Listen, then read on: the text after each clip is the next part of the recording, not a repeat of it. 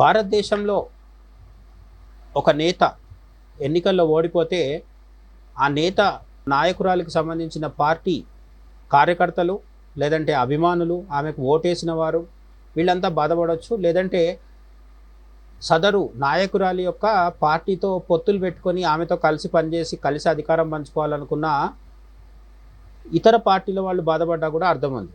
కానీ తాజాగా బెంగాల్లో ఓడిపోయిన మమతా బెనర్జీ కోసం పాకిస్తాన్లో కూర్చొని అక్కడి వాళ్ళు బాధపడుతున్నారంటే మమతా బెనర్జీ పనితీరు, మమతా బెనర్జీ ఎవరి కోసం పనిచేస్తున్నారు, ఇంతకాలం 15 ఏళ్ళుగా ఆమె ఎవరి మెప్పు పొందడానికి, ఎవరి యొక్క ఆదరణకు చూరగొనడానికి పనిచేశారో మనకు సుస్పష్టంగా అర్థమవుతుంది. భారతదేశంలో ఒక నాయకురాలు ఓడిపోతే పాకిస్తాన్లో వాళ్ళు ఎందుకు ఆమెకు మద్దతుగా బాధపడిపోతున్నారు అనే విషయం ఒకసారి చెక్ చేద్దాం.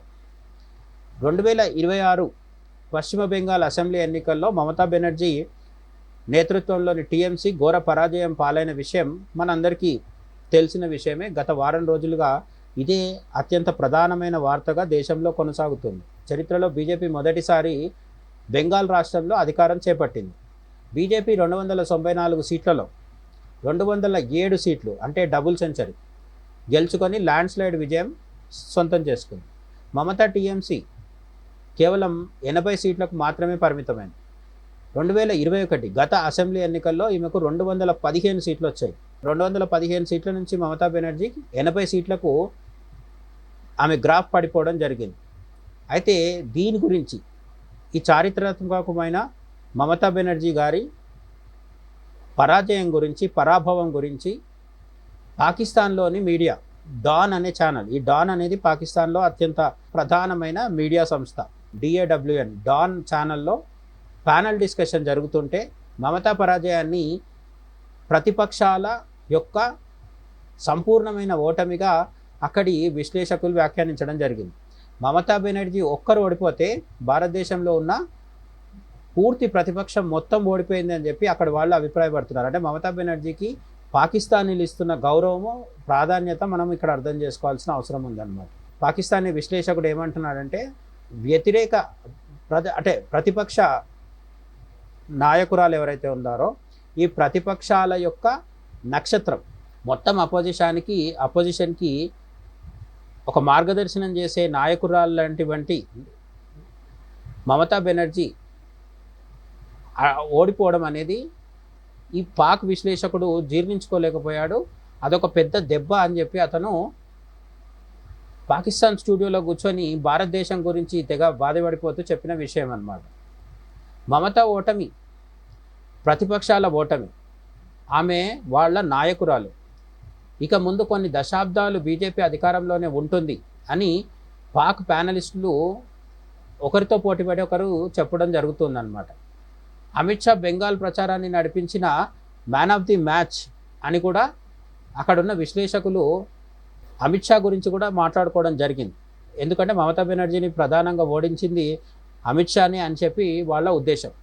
అమిత్ షా భవిష్యత్ రాజకీయ అవకాశాలు మరింత బలపడ్డాయని, ఆయన తర్వాత యోగి ఆదిత్యనాథ్ వస్తే మరింత భిన్నమైన దృశ్యం ఆవిష్కృతం అవుతుందని వాళ్ళు చెప్పడం జరిగింది. అంటే మోడీ తర్వాత అమిత్ షా తర్వాత యోగి అని కూడా పాకిస్తానీలకు ఒక క్లారిటీ వచ్చేసింది అనమాట. మన దగ్గర ఉన్న వాళ్ళకి ఇంకా తత్వం బోధపడట్లేదు, కానీ పాకిస్తానీలకు రాబోయే ప్రధానమంత్రులు ఎవరు, వాళ్ళు ఏం చేయబోతున్నారో కూడా దాదాపుగా అర్థమైపోయిందనమాట.